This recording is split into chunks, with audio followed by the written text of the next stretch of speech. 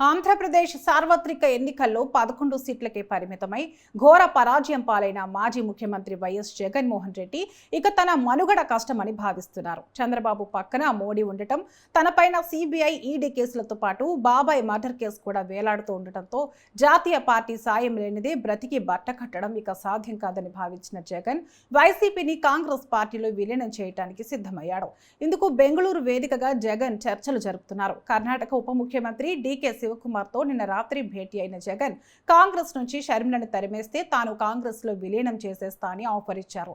దీనిపై హైకమాండ్ తో చర్చించి నిర్ణయం చెప్తామని డీకే చెప్పినట్లు తెలుస్తోంది. ఇటు తాడేపల్లి ప్యాలెస్ లో ఉంటే చంద్రబాబు నుంచి, అక్కడ హైదరాబాద్ లోటస్ పాండ్ లో ఉంటే రేవంత్ నుంచి ఇబ్బందులు ఉంటాయని ఇంటెలిజెన్స్ ద్వారా మొత్తం లాగేస్తారని భావిస్తున్న జగన్ ఇక నుంచి బెంగళూరు యలహంక ప్యాలెస్ లోనే ఉండనున్నారు. అందుకే కర్ణాటక ఉప ముఖ్యమంత్రి డీకే శివకుమార్ తో భేటీ అయ్యారనే వార్త సోషల్ మీడియాలో విపరీతంగా చక్కర్లు కొడుతుంది.